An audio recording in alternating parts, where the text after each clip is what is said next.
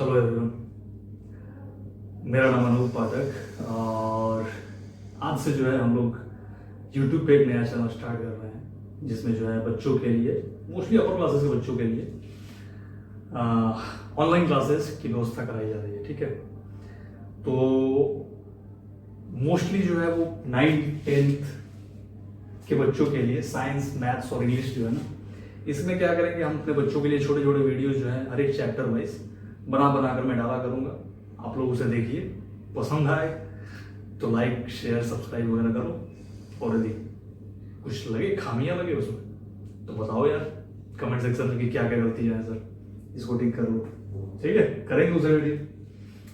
तो चलो आज जो मैं स्टार्ट करने वाला हूँ चैप्टर, वो हम लोग 10th क्लास के बच्चों के लिए स्टार्ट कर रहे हैं। ठीक है, 10th क्लास के बच्चों का जो पहला चैप्टर है केमिस्ट्री का, chemical reaction and equation. Okay, देखो इसको मैं पहले स्टार्ट करूं उससे पहले मैं आप लोगों को दो चीजें रिकमेंड करना चाहता हूं मैं, कि आप दो चीजें जो है ना, थोड़ा इसको पढ़ने से पहले रिवाइज कर लेना। 9th के चैप्टर में है यार, बेसिकली वैलेंसी क्या होता है, okay, valency and chemical formula जो है वो कैसे लिखते हैं,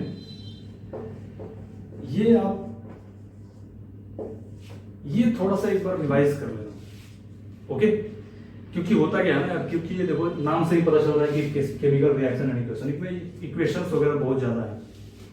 ठीक है, तो यदि ये बेसिक कॉन्सेप्ट यदि आपका क्लियर नहीं होगा ना, तो ये सारी चीजें बेसिकली समझ में आनी मुश्किल है, आपको टफ लगने लगती है चीजें, क्योंकि रिएक्शंस याद करनी पड़ेगी। और यदि आप ये समझ गए तो मान के चलो आपकी ये जो दो चैप्टर है ना, ये और इसके आगे वाला दो चैप्टर, ये एकदम इजी हो जाएगा आपके लिए। Okay, so I sincerely recommend you to go through all these two topics. Okay, चलो हम स्टार्ट करते हैं अपने पहले चैप्टर का, केमिस्ट्री का पहला टॉपिक, केमिकल रिएक्शन क्या होता है।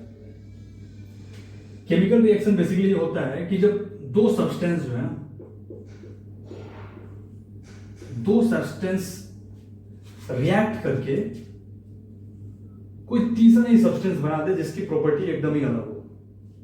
ठीक है, जैसे क्या हो गया, ए और बी दो मान के चलो सब्सटेंस है। ठीक है, ये दोनों मिलकर तीसरा एक सब्सटेंस सी बना दिया जिसकी एक अपनी अलग ही प्रॉपर्टी है ना। तो इसी को क्या बोलते हैं हम लोग, केमिकल रिएक्शन बोलते हैं। इसका एग्जांपल जैसे क्या हो जाएगा, एग्जांपल सर हो जाएगा कि जब हाइड्रोजन जो है, देखो हाइड्रोजन जो है ऑक्सीजन के साथ में रिएक्ट करके क्या बना देता है, वाटर फॉर्म कर देता है। ओके, हाइड्रोजन ऑक्सीजन के साथ में रिएक्ट करके वाटर फॉर्म करता है, ये हमारा एक केमिकल रिएक्शन है। देखो बेसिकली क्या है ना कि रियल लाइफ में ना, आप अपने आसपास देखो ना, तो काफी सारी चीजें बेसिकली एक केमिकल रिएक्शन होती है। जैसे खाना जो बनता है, खाने का पकना, ये भी एक बेसिकली केमिकल रिएक्शन है। दूध से दही का बनना, ये एक केमिकल रिएक्शन है। इवन जो लोग खाना खाते हैं ना, खाने का जो डाइजेशन होता है वो भी एक केमिकल रिएक्शन है। लोहे में जंग जो लगती है ना, ये सारी चीजें इनफाइनाइटली बेसिकली इसके एग्जांपल्स हैं, जो कि हमारे आसपास चीजें होती है ना, वो बेसिकली क्या होते हैं, केमिकल रिएक्शन होते हैं। ओके, तो केमिकल रिएक्शन क्या होता है भाई, कोई भी दो सब्सटेंस मिलके कोई ऐसा तीसरा सब्सटेंस फॉर्म कर दे जिसकी अपनी अलग ही प्रॉपर्टी हो, उसे हम लोग क्या बोलते हैं, केमिकल रिएक्शंस बोलते हैं। तो सेकंड टॉपिक जो है हम लोगों का वो है कैरेक्टरिस्टिक्स ऑफ केमिकल इक्वेशन। ठीक है, केमिकल इक्वेशन यदि मान के चलो कहीं पर केमिकल रिएक्शन कहीं पर हो रहा है, तो कैसे हम लोग पता करेंगे, ठीक है, कि वहां पे केमिकल बेसिकली रिएक्शन वहां पे हो रहा है। ठीक है, तो क्या क्या कैरेक्टरिस्टिक्स हैं जो कि ऑब्जर्वेबल चीजें हैं, जिसको हम लोग ऑब्जर्व कर लें। ठीक है, वैसी क्या क्या चीजें चेंजेस आती हैं, ठीक है, जिससे ये पता चलता है कि एक पर्टिकुलर जगह पे वहां पे केमिकल रिएक्शन हम लोगों का होता है। ओके, तो देखो एक तो होगा, जैसे मान के चलो क्या होगा कि वहां से गैस निकलने लगे।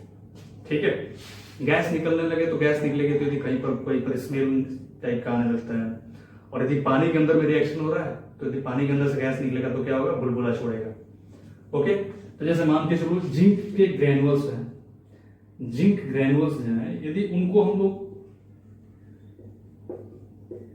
सल्फ्यूरिक एसिड में भी डालते हैं तो क्या होता है, हाइड्रोजन गैस के जो बबल्स होते हैं ना वो निकलने लगते हैं। हाइड्रोजन गैस के बबल्स जो है निकलने लगते हैं, ठीक है। तो इससे पता चलता है कि बेसिकली जब जिंक ग्रैन्युल्स में हम लोग हाइड्रोजन सल्फ्यूरिक एसिड डाल रहे हैं ना, तो वहां पे एक रिएक्शन हो रहा है, ठीक है, जिसके वजह से वहां पे हाइड्रोजन गैस जो है वो निकल रही है, ठीक है। अब देखो दूसरा जो होता है जिससे पता चलता है हम लोगों को कि वहां पे केमिकल रिएक्शन हो रहा है, वो दूसरा है हम लोगों का फॉर्मेशन ऑफ प्रेसिपिटेट, ठीक है। अब देखो प्रेसिपिटेट जो होते हैं, पहले तो ये जान लो कि प्रेसिपिटेट क्या होता है। प्रेसिपिटेट कुछ नहीं होता है, प्रेसिपिटेट बेसिकली वो इनसॉल्युबल सब्सटेंस होते हैं ना, इनसॉल्युबल सब्सटेंस जो कि पानी में वाटर इनसॉल्युबल लिख देते हैं, पानी में जो इनसॉल्युबल होते हैं उसे हम लोग क्या बोलते हैं, प्रेसिपिटेट बोलते हैं। जो पानी में ना घुले, जैसे देखो नमक वगैरह होता है ना, नमक पानी में घुल जाता है ना। अब उसे बालू में डाल दोगे तो बालू नहीं घुलता, ठीक है। तो जो चीजें पानी में नहीं घुलती उसे हम लोग प्रेसिपिटेट बोलते हैं, ठीक है। तो यदि मान लीजिए कहीं का रिएक्शन हो रहा है जिसकी वजह से वहां पे प्रेसिपिटेट फॉर्म हो जाए, तो यही पता चल जाता है, उससे ही पता चल जाता है हम लोगों को कि वहां पे कोई ना कोई केमिकल रिएक्शन हो रहा है, ठीक है। तो देखो जैसे कब कब होगा ये, ऐसा कब होता है, होता क्या है जब पोटेशियम आयोडाइड जो होता है,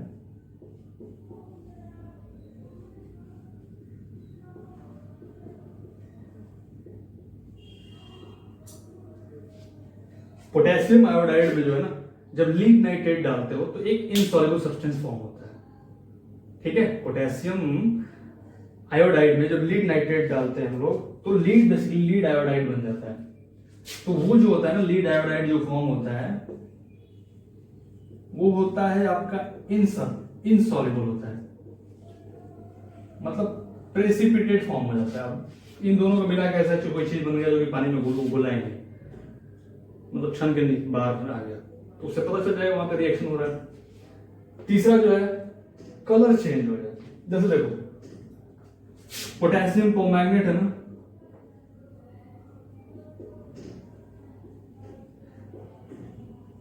पोटेशियम परमैंगनेट में यदि आप साइट्रिक एसिड डालोगे ना, साइट्रिक एसिड जब डालेंगे पोटेशियम परमैंगनेट में, मतलब साइट्रिक एसिड बेसिकली कुछ नहीं होता है, लेमन जूस होता है, नींबू के जूस में साइट्रिक एसिड होता है। पोटेशियम परमैंगनेट जो होता है एक्चुअल में उसका कलर जो होता है वो होता है पर्पल, ठीक है, पर्पल कलर में होता है। पर्पल कलर में यदि आप उसमें नींबू का जूस डालोगे ना, तो जो फॉर्म होते हैं ना, जो प्रोडक्ट जो फॉर्म होता है वो कलरलेस होता है, ठीक है। तो देखो कैसा था, पहले तो भाई ये पोटेशियम परमैंगनेट जो था वो पर्पल था, उसमें हम लोगों ने नींबू का रस डाल दिया तो क्या हो गया, वो कलरलेस हो गया, पानी जैसा हो गया। इससे पता चल गया कि वहां पे कुछ ना कुछ यार केमिकल रिएक्शन बेसिकली हुआ है। और देखो चेंज इन टेम्परेचर होता है।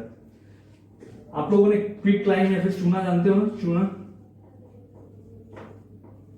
आपने उसमें कभी देखा है पानी डाल करके, पानी डालोगे ना जब उसमें, तो क्या होता है, हीट एनर्जी रिलीज होती है ना। तो जो कंटेनर में आप रखे होते हैं ना वो बेसिकली गर्म हो जाते हैं, टेम्परेचर जो होती है वो चेंज होती है, बदल जाती है। तो इससे भी जब टेम्परेचर चेंज हो गई तो उससे भी पता चलता है कि बेसिकली वहां पे भाई सब क्या हो रहा है, कोई ना कोई केमिकल रिएक्शन हो रही है वहां पे। पांचवा जो है जिससे लोगों को पता चलता है वो होता है फ्लू का चेंज इन स्टेट। अब देखो कोई एक कैंडल है, इसका सबसे बेहतरीन एग्जांपल है। कैंडल जो है वो पहले क्या होता है, सॉलिड में होता है ना,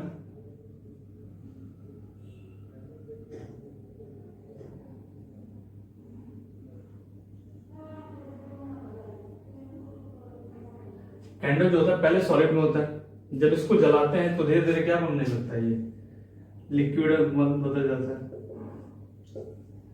होता है ना, लिक्विड बदल जाता है जब जलने लगता है तो धीरे धीरे, और लिक्विड बदलते बदलते धीरे धीरे वो साफ होकर गैस उड़ जाती है ऊपर, मतलब कुछ भी नहीं करता, सब खत्म हो जाता है, धुआं हो जाता है। तो फिर क्या होता है, ये गैस बदल जाता है। पहले होता था, पहले था सॉलिड होता था, सॉलिड होता है पहले ना, फिर जब उसको गर्म जला देते हैं उसको तो लिक्विड बदल जाता है, और फिर धीरे धीरे वो गैस बदल जाता है, ठीक है। तो देखो इसका स्टेट बेसिकली क्या हो रहा है, चेंज हो रहा है, पहले सॉलिड था फिर लिक्विड फिर गैस, ठीक है। तो देखो 5 हम लोगों ने चीजें पढ़ी जिससे हम लोगों को ये पता चला कि कैरेक्टरिस्टिक्स बेसिकली इक्वेशन के केमिकल इक्वेशन के क्या क्या होते हैं, ठीक है।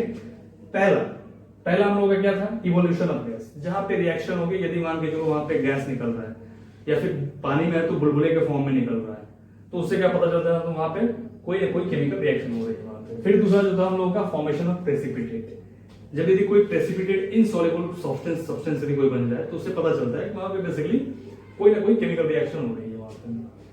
चेंज इन कलर, जब कलर चेंज हो जाए, जैसे पोटेशियम परमैंगनेट है, उसमें यदि हम लोगों ने नींबू निचोड़ दिया ना तो क्या होता है, वो पर्पल पहले कलर होता है, फिर बाद में वो कलरलेस हो जाती है चीजें, ठीक है। फिर उसके बाद जो है चेंज इन टेम्परेचर, चूना में पानी डालोगे ना, पानी यदि एक गिलास पानी डाल दोगे तो बेसिकली क्या होता है, वो कंटेनर होता है ना, वो हीटेड हो जाती है, गर्म हो जाती है वो, ठीक है। तो टेम्परेचर बदलता है, तो इससे पता चलता है कि बेसिकली यहाँ पे कोई ना कोई केमिकल रिएक्शन हो रहा है। अब देखो यदि मान के चलो उसका स्टेट चेंज हो जाए, ठीक है, सॉलिड से लिक्विड में हो जाए या फिर लिक्विड से गैस में हो जाए, उसका स्टेट चेंज होता है, हो जाए मैटर का, तो उससे पता चलता है कि हम लोगों को बेसिकली वहां पे केमिकल रिएक्शन हो, ठीक है। यस सर, तो चलिए हम लोग नेक्स्ट जो थर्ड टॉपिक जो हम लोगों का है इस चैप्टर में वो है केमिकल इक्वेशन, ठीक है। अब देखो केमिकल रिएक्शन हम लोगों ने पढ़ा हुआ था, केमिकल रिएक्शन क्या था, जब दो सब्सटेंस मिलकर के तीसरा सब्सटेंस बना दे, ठीक है, with entirely different properties are basically known as chemical reactions, ठीक है। जैसे एक केमिकल रिएक्शन है, इसमें क्या है, हाइड्रोजन और ऑक्सीजन मिलकर के वाटर बना रहा है, ये एक हमारा क्या है, केमिकल रिएक्शन है। अब देखो केमिकल इक्वेशन क्या होता है, केमिकल इक्वेशन बेसिकली होता है ना आपका जो mathematical representation of basically chemical reactions are known as chemical equation. जो मैथमेटिकली केमिकल रिएक्शन जो होते हैं ना, उनको मैथमेटिकली जो रिप्रेजेंट करते हैं, उसमें सिंबल्स या फिर केमिकल फॉर्मूलाज वगैरह डाल देते हैं उसी में, तो उसको हम लोग क्या बोल देते हैं, केमिकल रिएक्शन बोलते हैं। जैसे देखो हाइड्रोजन होता है, हाइड्रोजन जो होता है उसका यदि फॉर्मूला आप लिखोगे तो H2 होता है, हाइड्रोजन डाइएटॉमिक फॉर्म में पाया जाता है ना। ऑक्सीजन भी ऐसे ही होता है, O2, दोनों मिलके क्या बन गया, वाटर का फॉर्मूला होता है H2, ठीक है। अब देखो ये क्या है हमारा, एक ये जो था ये क्या था, केमिकल रिएक्शन था,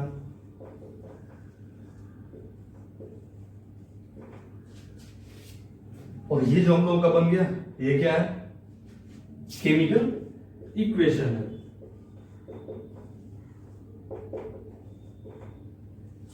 ओके। अब देखो ये केमिकल इक्वेशन, अब देखो लेकिन केमिकल इक्वेशन भी दो तरह के होते हैं, एक होते हैं बैलेंस्ड और एक होते हैं अनबैलेंस्ड। बैलेंस्ड वाला क्या होता है, बैलेंस में होता है कि देखो इधर हाइड्रोजन जितने हैं ना, इधर हाइड्रोजन कितने हैं, 2 हैं, तो इधर भी हाइड्रोजन कितने होंगे, 2 होंगे।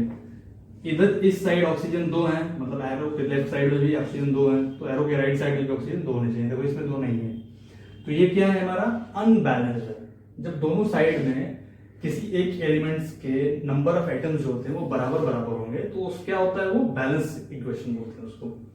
और जिसमें बराबर नहीं होता है तो उसको क्या बोल देंगे हम लोग, अनबैलेंस। तो ये हमारा कौन सा रिएक्शन है, अनबैलेंस्ड केमिकल रिएक्शन है, ठीक है। अब इसको जब बैलेंस करोगे तो देखो बैलेंस कर दो, ऑक्सीजन हम लोगों का क्या है, इधर 2 है ना, इधर 2 कर दोगे तो 2 ऑक्सीजन तो हो गया, लेकिन 2 हाइड्रोजन और बढ़ गए, 2 हाइड्रोजन देखो इधर देखो, इसके सब साइड पे देखो 4 हाइड्रोजन इधर भी है, इधर भी 4 हाइड्रोजन है, ऑक्सीजन इधर भी 2 है, इधर भी 2 है, ये 2 है ना, 2 से मल्टीप्लाई करोगे तो, ठीक है। तो ये हमारा जो रिएक्शन हो जाएगा वो क्या है, बैलेंस्ड केमिकल रिएक्शन, ठीक है। तो देखो केमिकल इक्वेशन बेसिकली क्या होता है, chemical equations are nothing but the mathematical representation of chemical reactions, ठीक है।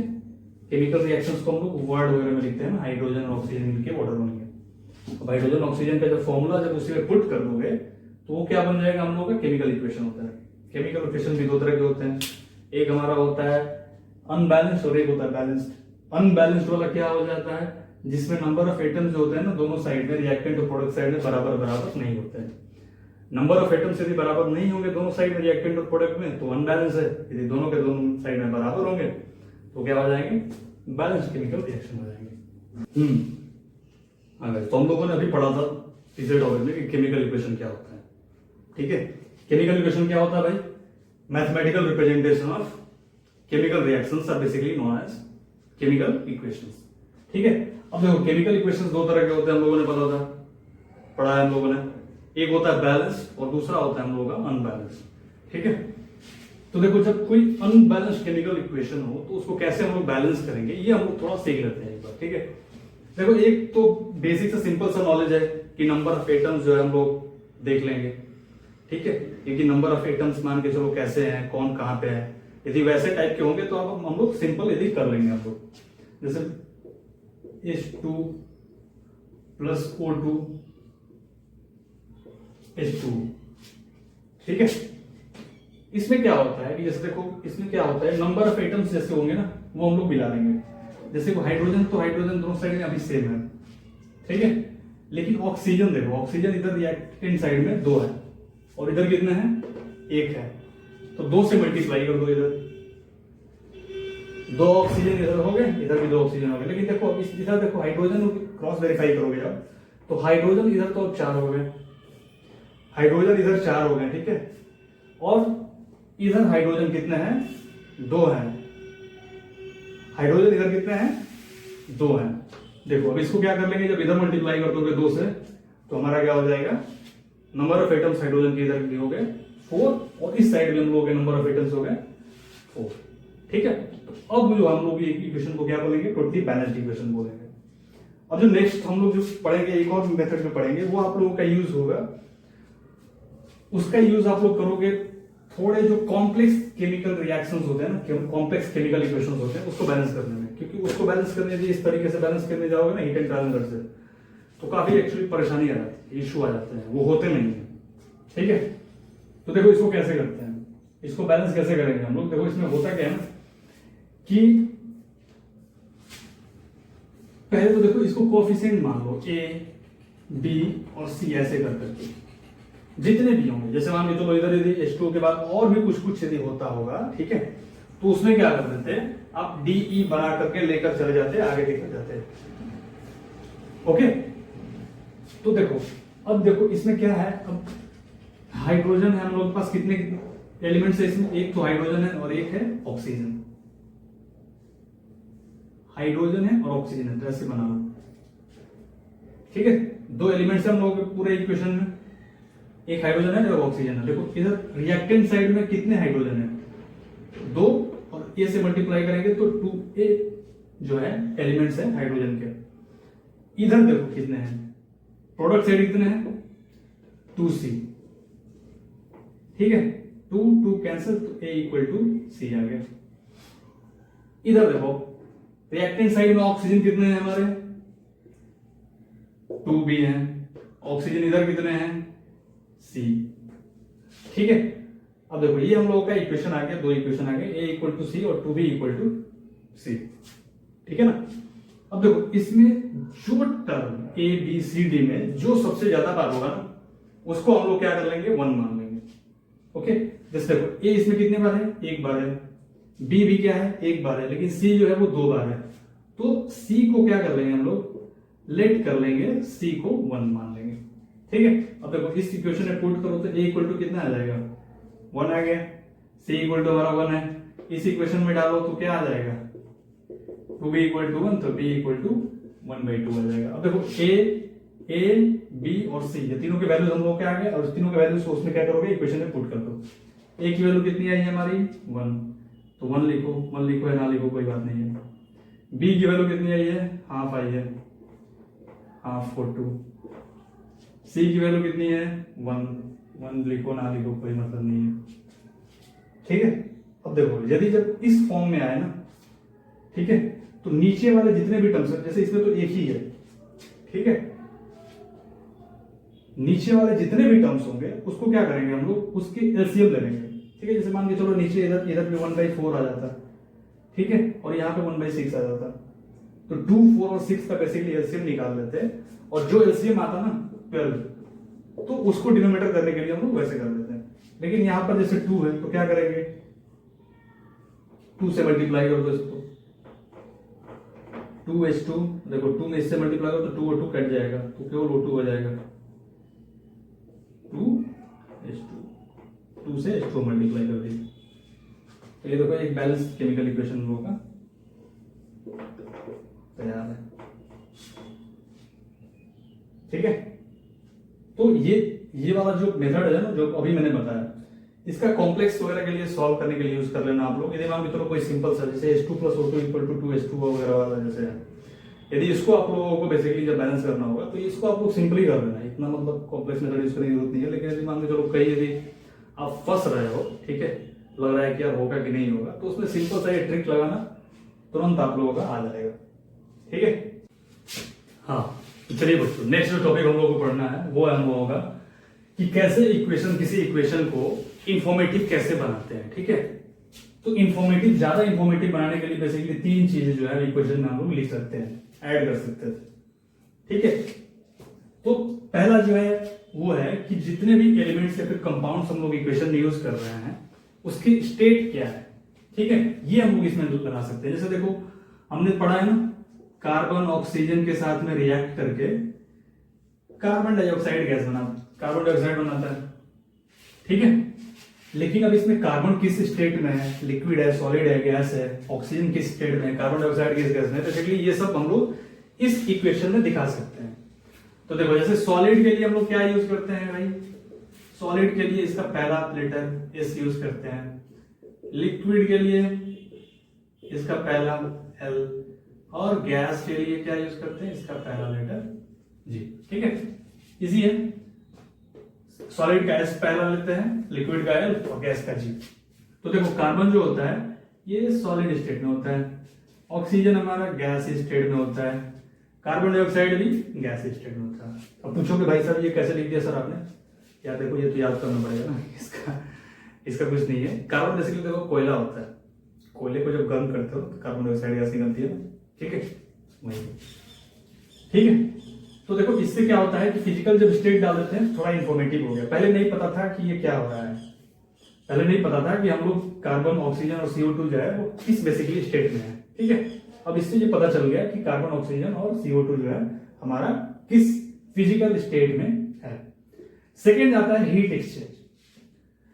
यदि कोई इक्वेशन है उसमें आप लोग हीट सप्लाई कर रहे हो या फिर हीट उस इक्वेशन से रिलीज हो रही है, ये कैसे पता चलेगा सर, ये बताने के लिए हम लोग हीट एक्सचेंज वाला हम लोग चीज यूज करते हैं। कि किसमें से देखो 2 तरह के होते हैं, किसी इक्वेशन में या तो आप हीट सप्लाई कर सकते हो या फिर हीट रिलीज हो जाती है। तो जिस इक्वेशन में आप हीट बाहर से मतलब बेसिकली बाहर सप्लाई हो मतलब रिलीज होती है जिसमें हीट, उसे बोलते हैं हम लोग एक्सोथर्मिक।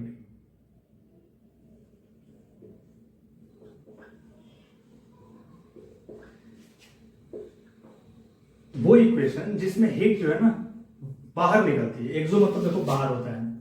ठीक है, तो जिस इक्वेशन से हीट जो है वो बाहर निकले उसे हम लोग क्या बोलते हैं, एक्सोथर्मिक बोलते हैं।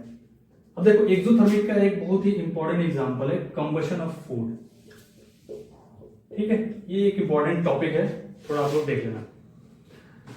देखो हम लोगों को एनर्जी तो चाहिए ना भाई, चलने के लिए, कोई भी काम करने के लिए एनर्जी होती है तभी तो, नहीं तो भाई रिवाइटल की गोली खानी पड़ती है ना फिर, वरना नहीं होता है तो। ठीक है, तो एनर्जी के लिए हम लोग क्या करते हैं, खाना खाते हैं। ठीक है, देखो खाना क्या होता है, खाना में होता है स्टार्च होता है, स्टार्च जो होते हैं कार्बोहाइड्रेट्स होते हैं। स्टार्च जो होते हैं, अब इस स्टार्च को जो होता है ना कंबशन जब होता है ना अंदर, तो बेसिकली ये ब्रेक होते हैं, ब्रेक होके क्या हो जाता है, डिकम्पोज होता है। तो ये कार्बोहाइड्रेट्स, सिंपल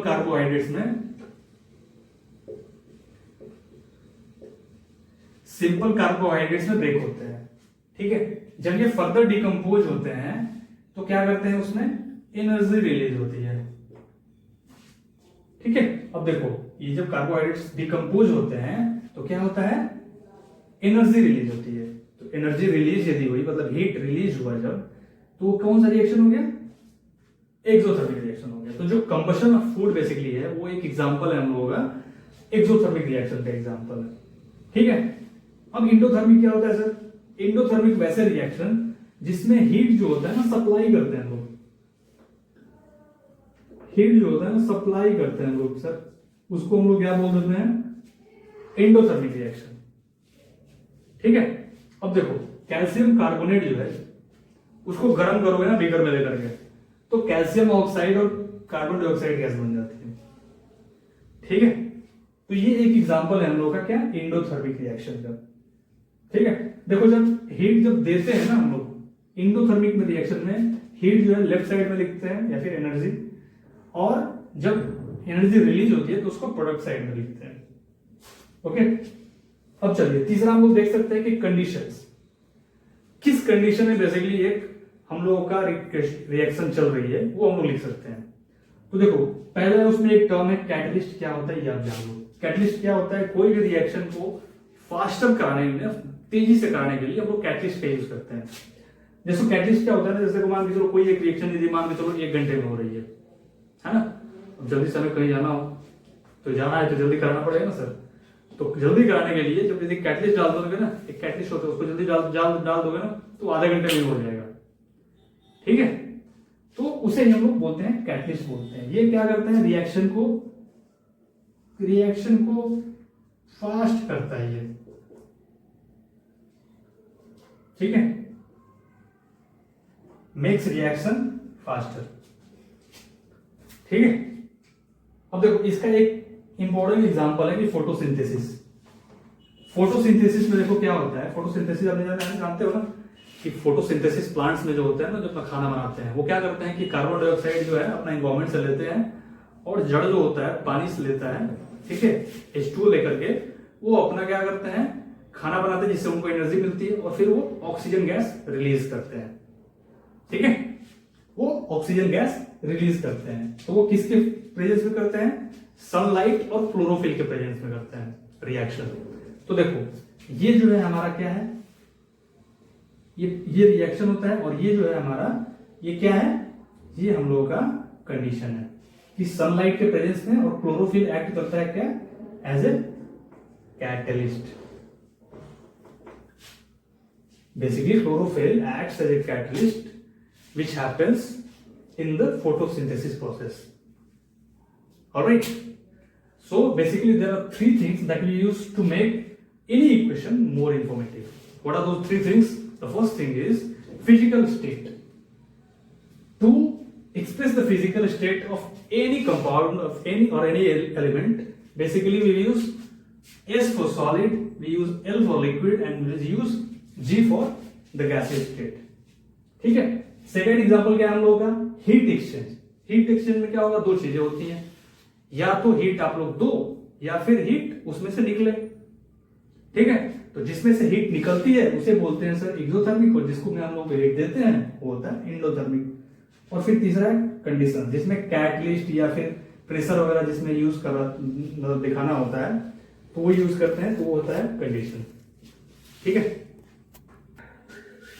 चलिए दोस्तों नेक्स्ट टॉपिक जो हम लोग पढ़ने वाले हैं वो है कि किसी भी केमिकल इक्वेशन को लिखने के लिए क्या क्या स्टेप्स हम लोग फॉलो करते हैं।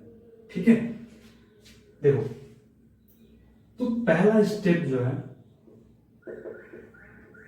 वो ये है कि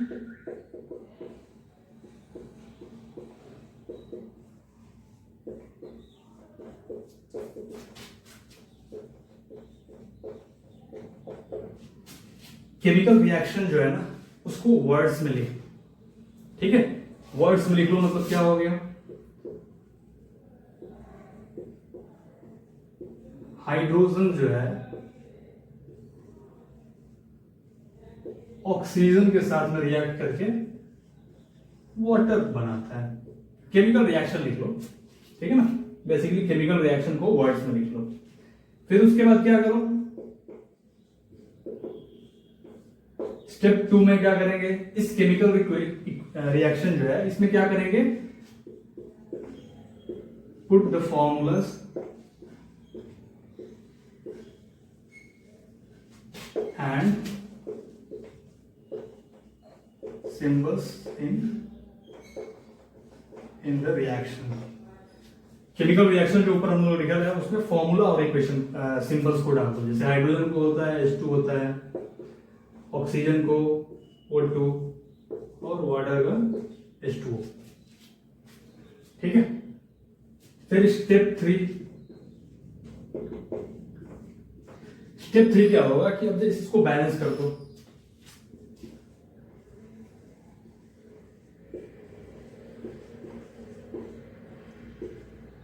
balance the chemical equation.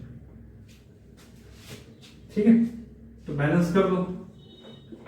2H2 plus O2 equal to 2H2O। ठीक है, इक्वेशन बैलेंस हो गया। फिर स्टेप 4 में होगा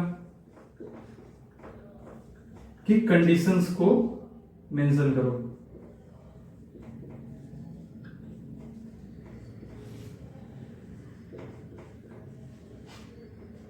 अब देखो हाइड्रोजन जो होता है हमारा,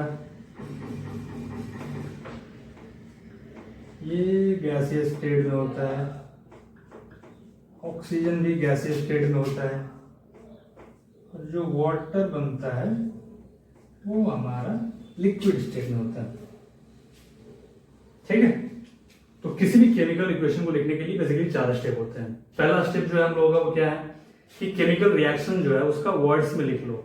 ठीक है, जैसे hydrogen plus oxygen gives water. ठीक है, इसको वर्ड्स में हम लोगों ने केमिकल बेसिकली रिएक्शन को लिख लिया। अब वो जो केमिकल रिएक्शन हम लोगों ने लिखा हुआ है उसमें आप सिंबल्स एंड फॉर्मूलाज बिठा दो।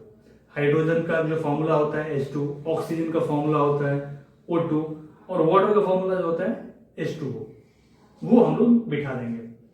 बिठा दिया। अब बिठाने के बाद इसको क्या करेंगे, इस केमिकल इक्वेशन को हम लोग बैलेंस कर दो। ठीक है, स्टेप 3 में इसको बैलेंस कर दो। बैलेंस करने के बाद इसमें जो भी कंडीशंस वगैरह यदि हैं, ठीक है, या फिर उसके स्टेट वगैरह है, ये सारे यदि आप मेंशन कर सकते हो, ठीक है, तो आप मेंशन कर दो। ठीक है।